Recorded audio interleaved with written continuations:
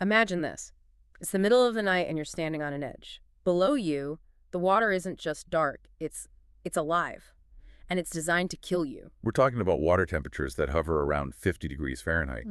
That's an immediate cold shock. The kind where you gasp and just inhale water before you even realize it. Exactly. And even if you survive that initial shock, the currents, I mean, the San Francisco Bay is a funnel to the Pacific. It can drag an Olympic swimmer out to sea in minutes. And that's precisely why they put Alcatraz there. It wasn't just the bars. The prison's real walls were the freezing, churning water. Right. The Rock, as they called it, was the end of the line. It had this reputation for being totally, 100% inescapable. Which makes what happened on June 11th, 1962, so mind-bending. 3 men did the impossible. They vanished into the fog. And 60 years later, we still don't really know, did they make it? It's one of the greatest unsolved mysteries in American history. The FBI says they drowned. But the U.S. Marshals still have an open warrant for their arrest. So today, we're doing a deep dive into the Great Vanishing, the legend of the Alcatraz 3. We've got case files, forensic analysis, breakdowns of the engineering involved. And our mission here is to get past the Hollywood version. We want to unpack the sheer ingenuity, the science they used, and all the little clues that suggest the official story might just be wrong. Okay, I'm ready. But before the escape, we have to talk about the men, because you don't just wander out of a place like Alcatraz. No, you don't. And this trio, Frank Morris and the brothers John and Clarence Anglin, they were a very specific combination of skills. Let's start with Frank Morris. He really seems like the architect of the whole plan. He was the brains, for sure. Morris was in the system his whole life, but he tested with an IQ of 133. Wow. That's in the top 2%. Yeah. He was brilliant at recognizing patterns and planning. The system just, it didn't know what to do with a mind like that. So you've got the mastermind. Then you have the Anglin brothers. John and Clarence, they were bank robbers from Florida, and that's the key detail. Why Florida? They grew up swimming in rivers and swamps. They understood treacherous water. Morris had the intellect, but the Anglins had the physical confidence in the water. And we have to mention the fourth guy, right? Alan West. The one who almost made it. West is, the tragic figure in all this. But he's also the reason we know so many of the details. He helped plan everything. But on the night, he got left behind. He did. And because of that, he became the FBI's primary source for how they did it. So a genius, 2 swimmers, and an inside man. Now for the plan itself, because this wasn't some smash and grab, this was a long, patient engineering project. A masterclass in scavenging, really. You have nothing in a place like that. Every single tool has to be stolen or repurposed. And it all started with spoons. Sounds kind of ridiculous, doesn't it? Digging through concrete with a spoon. But they sharpen the handles on the floor, turning them into little chisels. Still, it's a concrete wall. How do you do that without the guards hearing everything? Well, this is where Alcatraz's own environment worked against it. That corrosive salt air we talked about. It had been eating away at the concrete for decades. So the walls were literally rotting from the inside out. In a way, yeah. The concrete was soft, crumbly.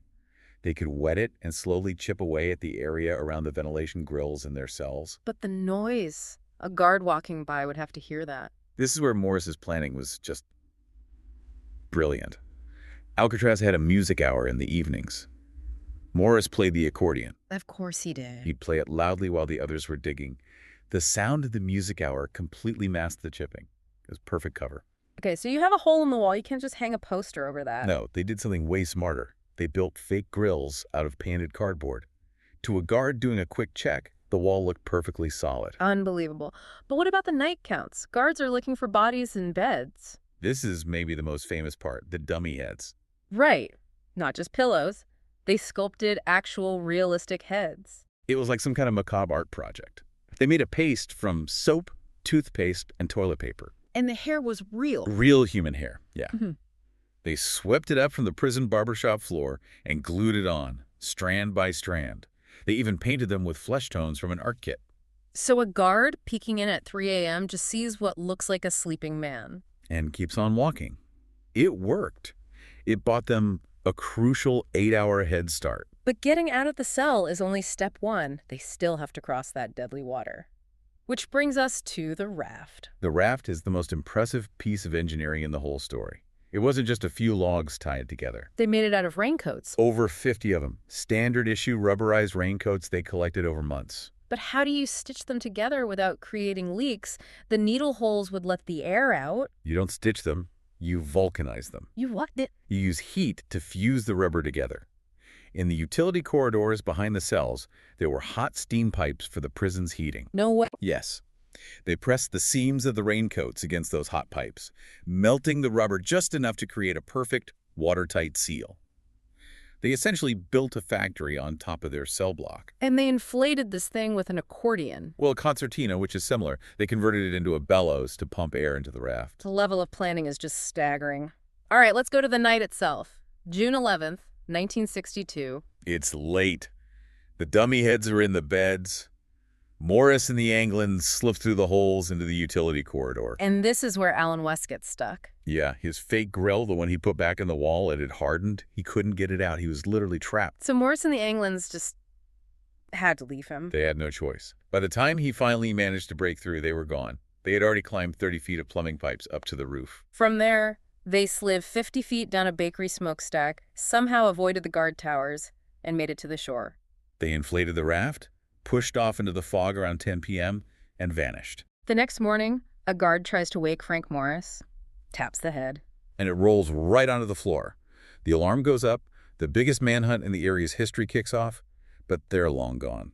And this is where the story splits in two. You have the official version, Which is that they drowned. The FBI maintained for decades that the cold and the currents were just too much. It's a simple, logical conclusion. and they found some evidence in the water to support that, didn't they? They did. A homemade paddle, a wallet with the Anglin's family photos, and eventually a shredded life vest washed ashore. It looks pretty definitive. The gear failed, they went into the water, end of story. It's the most likely scenario, based on the science of hypothermia.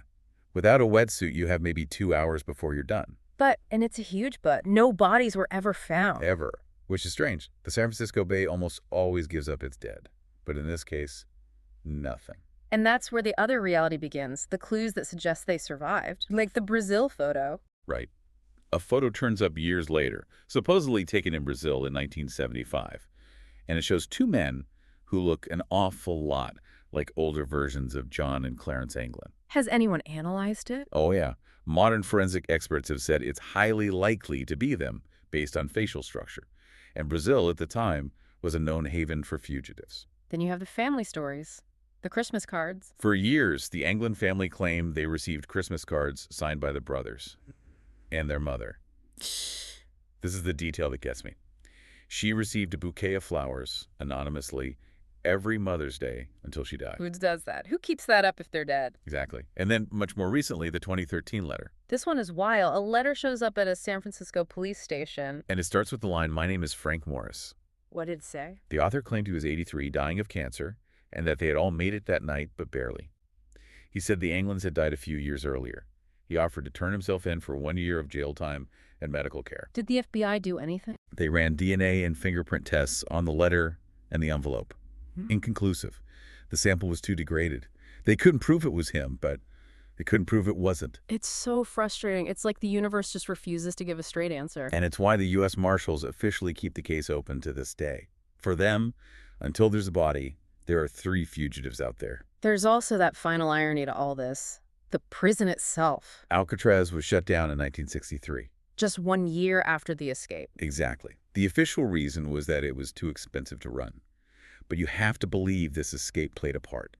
It shattered the myth. The inescapable prison wasn't. So at the end of this deep dive, where do we land? We have this flawless plan versus the brutal, unforgiving reality of nature. It really comes down to which story you choose to believe. The story told by science or the story told by, human ingenuity. What does your gut say? My head says they drowned. The numbers on hypothermia are just. They're brutal. But the fact that the raft, a 14-foot rubber boat, was never ever found, that part bugs me. I'm with you. That suggests they made it to land somewhere and got rid of it, I think. I want to believe they made it. The idea that 3 guys with spoons and raincoats outsmarted the entire federal government is just too good. It speaks to that core desire to believe the system isn't perfect, that if you're smart enough and determined enough, there's always a way out.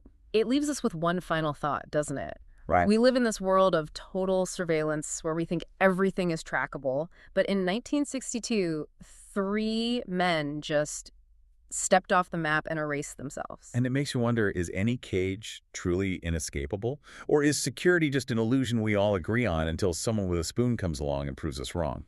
That is a thought that will definitely stick with me. Thanks for taking us through this mystery. My pleasure. It was fascinating to explore. And to all of you listening, keep looking for those cracks in the wall. You never know what you'll find. We'll see you on the next deep dive. Stay curious.